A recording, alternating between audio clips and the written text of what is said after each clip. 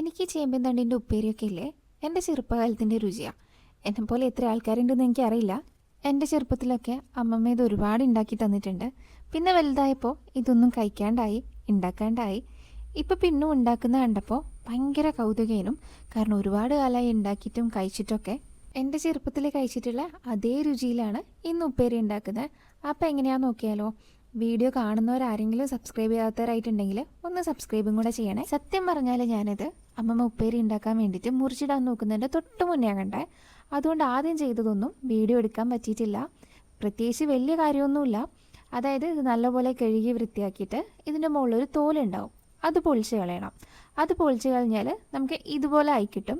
എന്നിട്ട് വേണം നമ്മൾ മുറിച്ചിടാൻ വേണ്ടിയിട്ട്. ഇത് ഒരുപാട് വലിങ്ങനെയൊന്നും മുറിച്ചിടേണ്ട, ഉപ്പേരി ഉണ്ടാക്കാൻ വേണ്ടിയിട്ടല്ലേ. ഈ കാണുന്നത് പോലെ ചെറുതായിട്ട് മുറിച്ചിട്ട് കൊടുക്കണം. ചില തണ്ടൊക്കെ ചൊറിയെന്ന് പറയുന്നത് കേട്ടിട്ടുണ്ട്. ഇനി അങ്ങനെയുള്ളതാണെങ്കിൽ കയ്യിൽ കുറച്ച് വെളിച്ചെണ്ണ ആക്കി കൊടുത്താൽ മതിയാവും.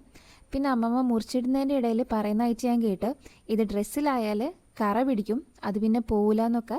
അപ്പം മുറിച്ചിടുമ്പോൾ അതൊക്കെ ഒന്ന് ശ്രദ്ധിച്ചിട്ട് വേണേ മുറിച്ചിടാൻ വേണ്ടിയിട്ട്.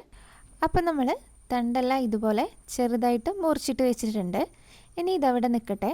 നമുക്ക് ഉപ്പേരിയിലേക്ക് തേങ്ങ ഒതുക്കിയിടണം. അപ്പോൾ നമുക്ക് ആദ്യം അത് തന്നെ ഒന്ന് റെഡിയാക്കി എടുക്കാം. ഇതിപ്പോൾ ഒരു 2 ടേബിൾ സ്പൂൺ തേങ്ങ എടുത്തിട്ടുണ്ട്. അതിലേക്കൊരു 2-3 ചെറിയ ഉള്ളിയും പിന്നെ എരിവിനനുസരിച്ചുള്ള ചീരപ്പറങ്കിയാണ് ഇവിടെ ഇട്ട് കൊടുക്കുന്നത്. പച്ചമുളകായാൽ അതും മതി. ഇനി ഇതൊന്ന് ഒതുക്കിയെടുക്കാം. തേങ്ങ അരച്ചെടുക്കാൻ പാടില്ല, ഒന്ന് ഒതുക്കിയെടുക്കാനേ പാടുള്ളൂ. അപ്പോൾ ഇതാ ഒരു ചീനച്ചട്ടി വെച്ച് കൊടുത്തിട്ടുണ്ട്. അതിലേക്ക് നമുക്ക് വെളിച്ചെണ്ണ ഒഴിച്ച് കൊടുക്കാം. പിന്നെ ചീനച്ചട്ടീൻ്റെ ഭംഗിയൊന്നും നോക്കണ്ട, ഇതിപ്പോൾ നമ്മൾ സാധാരണ ഉച്ചയ്ക്ക് വീട്ടിലെടുക്കുന്ന ചീനച്ചട്ടിയാണേ. അപ്പോൾ വെളിച്ചെണ്ണ നല്ല പോലെ ഒന്ന് ചൂടായിട്ട് വരുമ്പോൾ ഇതിലേക്ക് കടുക് ഇട്ട് കൊടുക്കുന്നുണ്ട്. വറ്റൽമുളകൊന്നും ഇട്ട് കൊടുക്കുന്നില്ല. നിങ്ങൾക്ക് വേണമെങ്കിൽ ഈ സമയത്ത് വറ്റൽമുളകും കറിവേപ്പിലയൊക്കെ ഇട്ട് കൊടുക്കാം.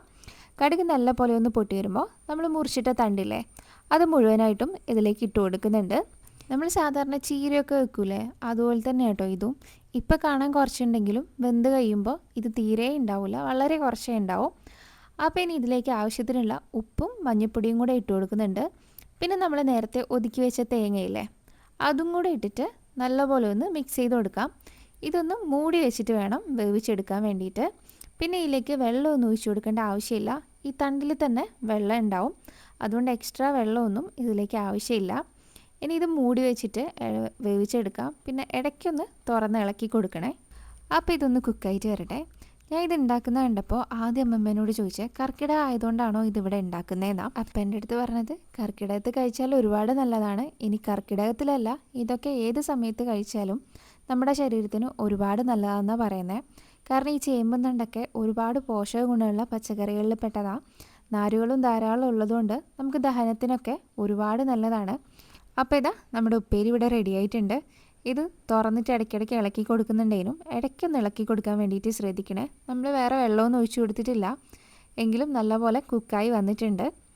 അപ്പോൾ ഇത് ഇത്രയേ ഉള്ളൂ. നമുക്ക് ചോറിൻ്റെ കൂടെയോ കഞ്ഞീൻ്റെ കൂടെയോ എങ്ങനെയാണെന്ന് വെച്ചാൽ നമ്മുടെ ഇഷ്ടത്തിനനുസരിച്ച് കഴിക്കാം. രണ്ടിൻ്റെ കൂടെ ആയാലും അടിപൊളി ടേസ്റ്റാണ്. ഒരുപാട് പോഷക ഗുണങ്ങളൊക്കെ ഉള്ളതുകൊണ്ടാണ് പണ്ടുള്ളവരൊക്കെ ഇതൊക്കെ ഉണ്ടാക്കി കഴിക്കുന്നതും നമ്മളോട് കഴിക്കണമെന്ന് പറയുന്നതും. അപ്പോൾ ഇതൊന്നും കഴിക്കാത്തവരോ ഉണ്ടാക്കാത്തവരോ ആയിട്ട് ആരെങ്കിലും ഉണ്ടെങ്കിൽ ഇതൊക്കെ ഒന്ന് ഉണ്ടാക്കി നോക്കണേ. നമ്മുടെ ശരീരത്തിന് ഇതൊക്കെ ഒരുപാട് നല്ലതാണ്.